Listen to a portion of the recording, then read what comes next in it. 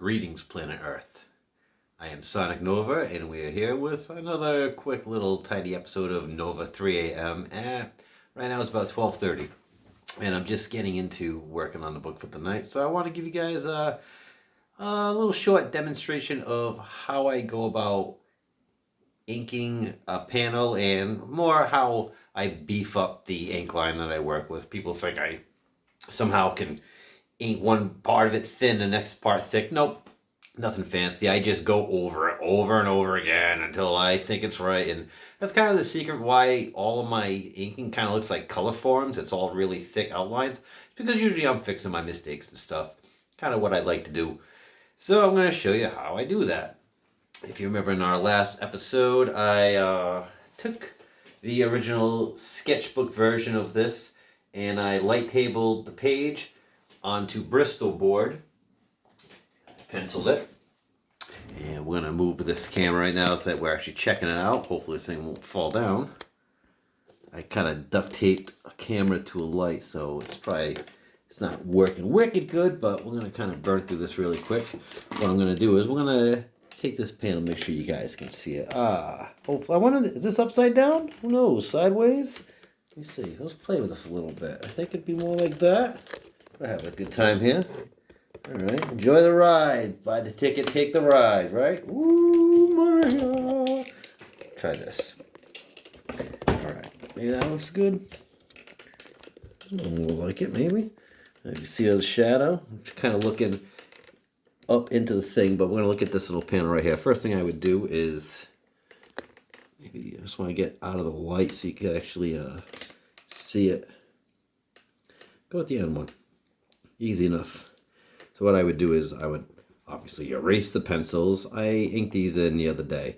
I let it dry overnight. You can't jump right into trying to erase or rubbing your hands into the ink as soon as you do it. I ink with a V5 pen, by the way. I'll show you what one of those is. It's they sell them at, every neighborhood CVS and Walmart and Walgreens and this and that and that and this and that and that and that and this. So I'd erase those pencils. Eventually I'm going to erase the whole page without smudging it, but what I would do is I pencil it with, this is a 0.5 or something? It's a MAC, it's an M.301 MP 0.5 mm pencil. Candle pencil is what I use to pencil.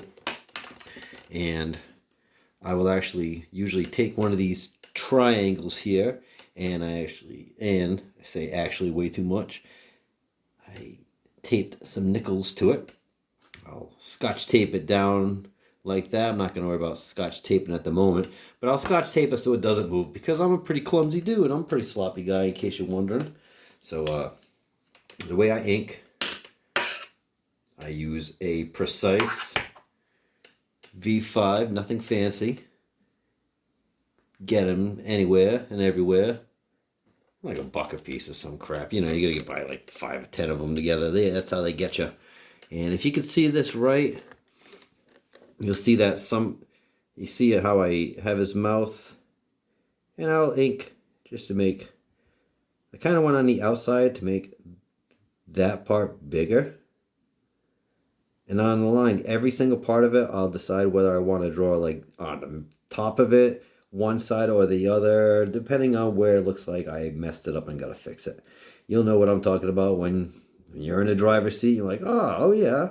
So we'll trace it like that and try not to mack your knuckle into any of your inks. I kind of got on that. Give it that volume.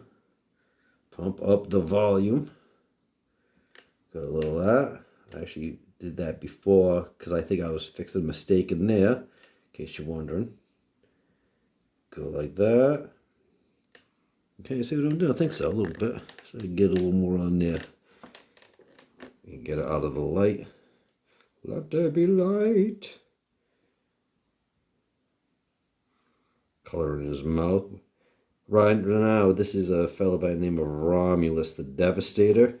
He's on a road trip with Jimmy Mulletty. They're coming back from LA, and he's telling the story about the first time he met Lenny the Lumberjack. And this little panel here is him sitting in the passenger seat because, I mean, you know, he's a superpower, you know, he's a tough guy, but he kind of let his license run out, so he hasn't had a license or a car in about probably 6 or 7 years. He was making comics for Victory Comics. He was one of their characters, and then Victory Comics went bankrupt. So he had to move back to his mom's house in Troy City, and he's old high school buddies with Jimmy. And you know, he was crashing at his mom's house, and then him and Jimmy, they went out for some drinks, and then he got in trouble. Well, not with his mom, but he got in trouble with the superintendent of the building. And I mean, he could go over there all the time, you know, and hang out. But yeah, he kind of needed another place to crash, and you know how things are. So old biddies all hanging around. Oh, well, yes, her son's back in town causing trouble. But he wasn't really much of trouble, maybe more of a goofball. So anyways, he was crashing on Jimmy's couch. They went on a road trip, and they're coming back, and you know, buddies telling stories, killing time, drive around in the middle of nowhere. So what I do is I fill it all in with those inks, and you kind of see how it's all patched in there. Bring it to life. It ain't about tracing the pencil. It's about making the flat image into more of a three-dimensional image through the use of black and white. Something fun that the guys at the shop told me when we used to design tattoos. It wasn't about designing it for the color. A big rule they lived by was if it's going to look good, it has to look good in black and white. The line has to look good. The line has to hold. A good tattoo will look good in black and white, and then you can color it in. So that's the kind of way I look at it, is you got to see the image in a black and white version and see where the line will pull the piece forward, where it really builds the form of it. And that's the key, is to not look at it as a flat piece of artwork, but as a photograph that needs to be brought to life. You stare at it and you see what's missing. Remember how they used to have that game? It was what's wrong with this picture? You see it in like Highlander magazine or whatever. I do that with my artwork. I draw the thing, and believe me, I draw everything wrong. I need to fix everything. You got to look at it like that. You can't look at, oh, every line I put down is perfect. Give me a break. Every line I put down is wrong. You do that, and then you see what you need to fix, and you fix it. Be your own biggest critic. Don't let other people critique you. Because let me tell you something. If you do your stuff good, everyone's going to say, oh, that's good. Because it's probably better than they could do. And that's nothing wrong with that. I mean, you've been spending a long time drawing. You should be pretty good at it, I hope. But you got to be your own biggest critic. You got to be able to tell yourself, oh, I got to fix that. That needs to be repaired. And it's not you that needs to be repaired. It's the drawing. The drawing isn't wrong. It's just still being worked on until it's done. Give yourself confidence. Believe in yourself. But also remember, you're a human being. No one's perfect. Every line takes work. That's just someone like Jack Kirby, who was he was laying them down so quick. Well, I don't know if the line was perfect or not, but the line had to get done because the man had to get that book done. The man was doing a comic book a week for 50 years, for crying out loud. So there's guys like him who just don't have to worry about it.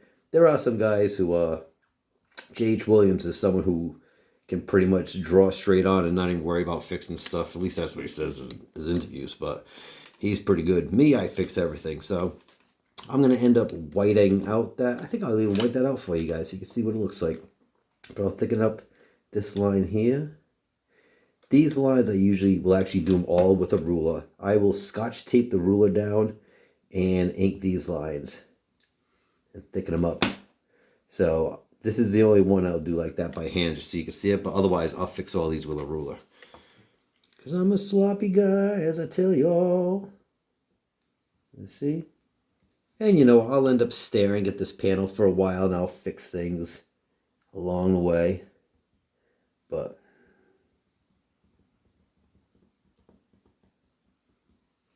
yeah, Maria.